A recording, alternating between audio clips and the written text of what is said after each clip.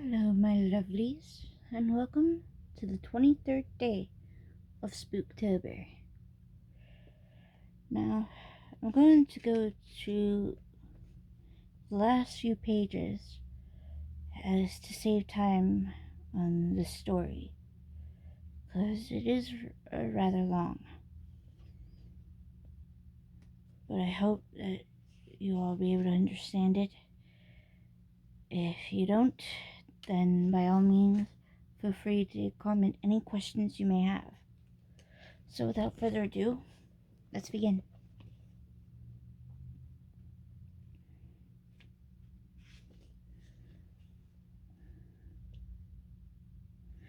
Of course, they found nothing untoward. The chair did not rock for them. No footprints other than Walt's own marked the thick dust on the carpet. The blanket on which he had lain bore no rip of a plunging knife.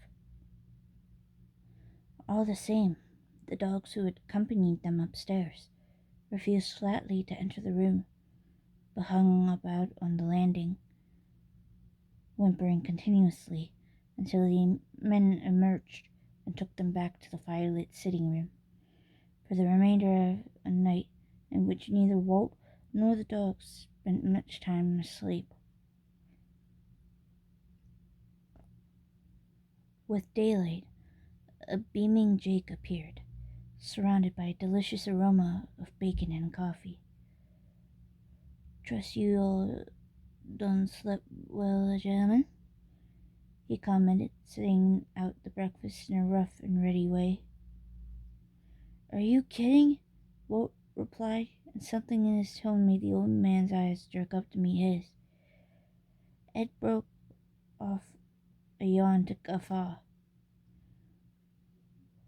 Walt said quietly, "Tell me, Jake, how come you live in that shack of yours when you could have this whole place to yourself?" The Negro stared back at him and then asked, "You heard something?" Walt nodded. "And seen." Jake's eyes widened. He stood up straight. "You was up there?" Ben was leaning forward now. "Say, what is this?" Jake shook his head slowly and sat down on the arm of Ed's chair. "And you asking me why I don't live in here."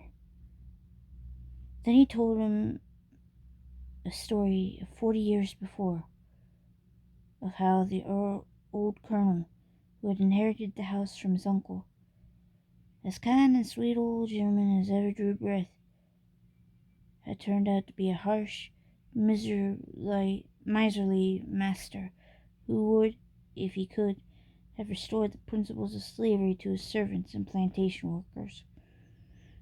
How his Negro valet, Pete, a gigantic young man and hot-headed, had been unable to bear any longer his master's constant criticism and sneering insults.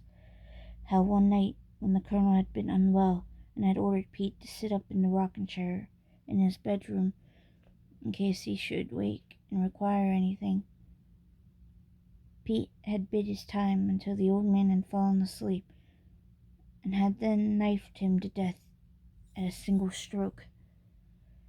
Pete had come down and boasted of it to his fellow servants, and they, horrified in spite of what they had suffered from the tyrannical master, would not cover up for him, but offered him a chance to get clear of the district before giving news of the murder.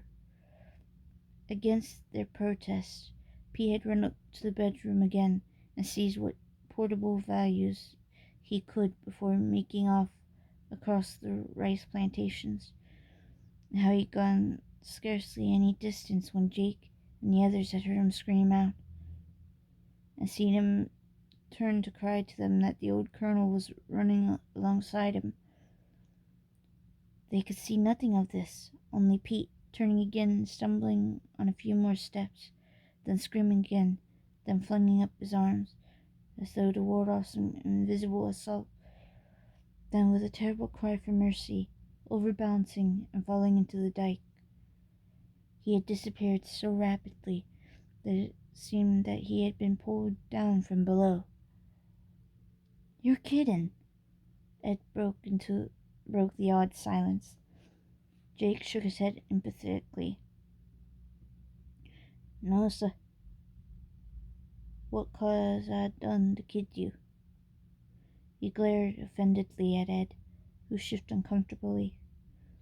"Well, hell, if you went down in the dike, why do you want to be haunting the house and all?"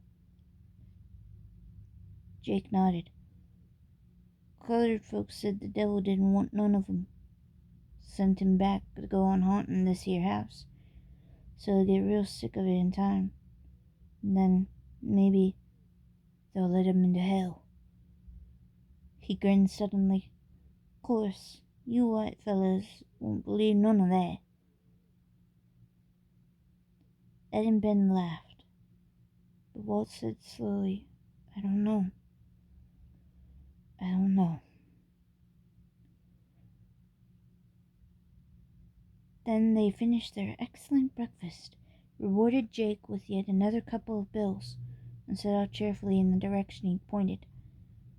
That day they filled their bags with snipe, and slept that night in their own rented beds, while two exhausted dogs snorted unstring on the veranda in the mild Louisiana air. I hope you all enjoyed that spooky tale. As I said, I didn't start from the beginning. If you have any questions, feel free to ask me. But I hope you all enjoyed it, and will join me tomorrow, as we only have tomorrow marks a week until All Hallows Eve. Until next time, see you later, my lovelies.